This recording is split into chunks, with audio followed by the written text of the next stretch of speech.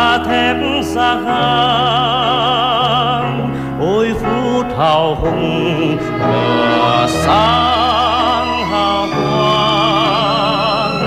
Nhưng dòng thép gang, nhưng dòng thép gang chảy từ trái tim người thơ, để thành bài ca giữa trời xanh bát ngát. Nhớ những ngày nào san đồi bạc núi, một vùng rộn ràng lửa thép lửa ga. Nhớ những ngày qua phong trào đang gieo nơi đây hòn sông trong sáng tuổi thơ. Đêm đêm ngọn đèn bao niềm suy tư, quê hương yêu thương gần thép gần ga. Vươn lên thời gian, vươn lên giá vàng, bàn tay công nhân mở đường đi lên. Da thép da gang, ôi phút hào hùng lửa sáng hào quang. Ôi hát ca lên những người công nhân vững chắc như gang, kiên cường như thép. Ôi đẹp sao dáng đứng anh bao tự hào.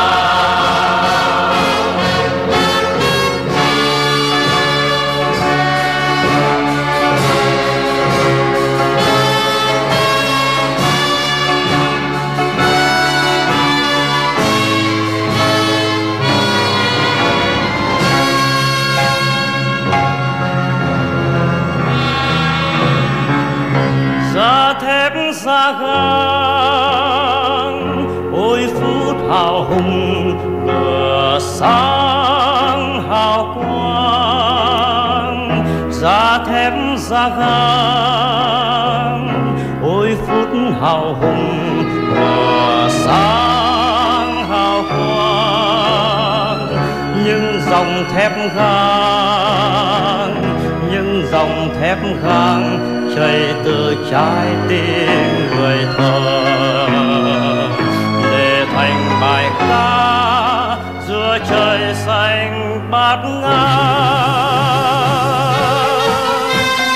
Nhớ những ngày nào san đồi bạt núi, một vùng rộn ràng lửa thép lửa ga. Nhớ những ngày qua phong trào đang gieo nơi đây hòn sông trong sáng tuổi thơ.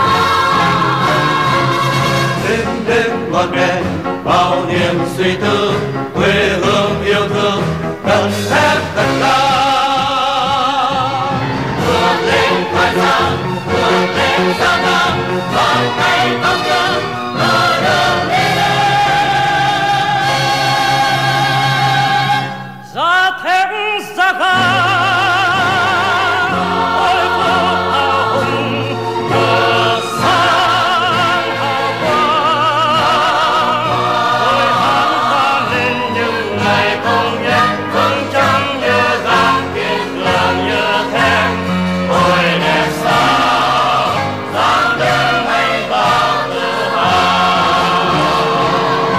Bên dòng thép gang bài ca ông vang.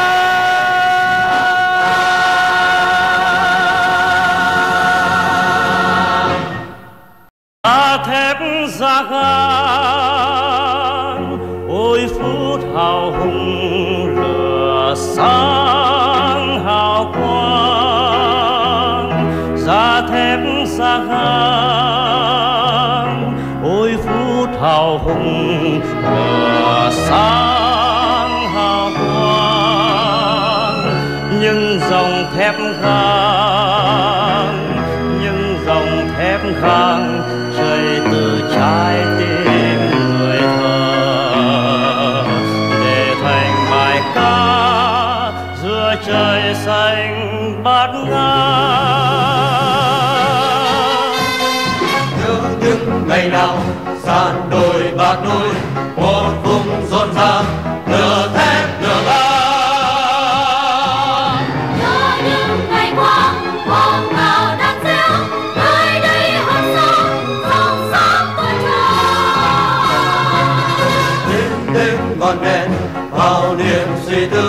quê hương yêu thương cần thép cần ga.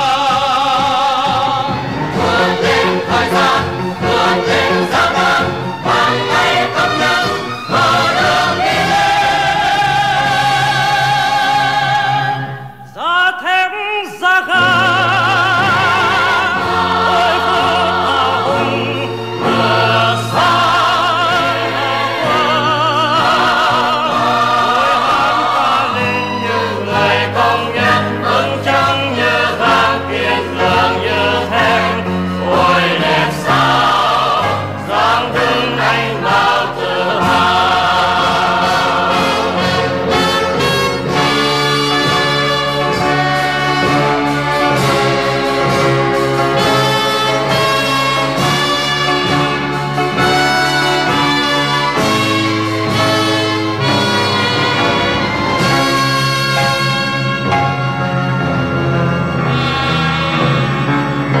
Giá thép giá gang, ôi phút hào hùng lửa sáng hào quang.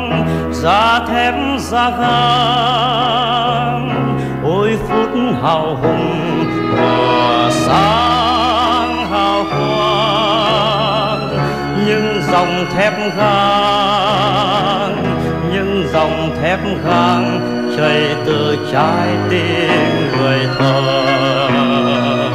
để thành bài ca giữa trời xanh bát ngát. Nhớ những ngày nào san đồi bạt núi, một vùng rộn ràng lửa thép lửa ga.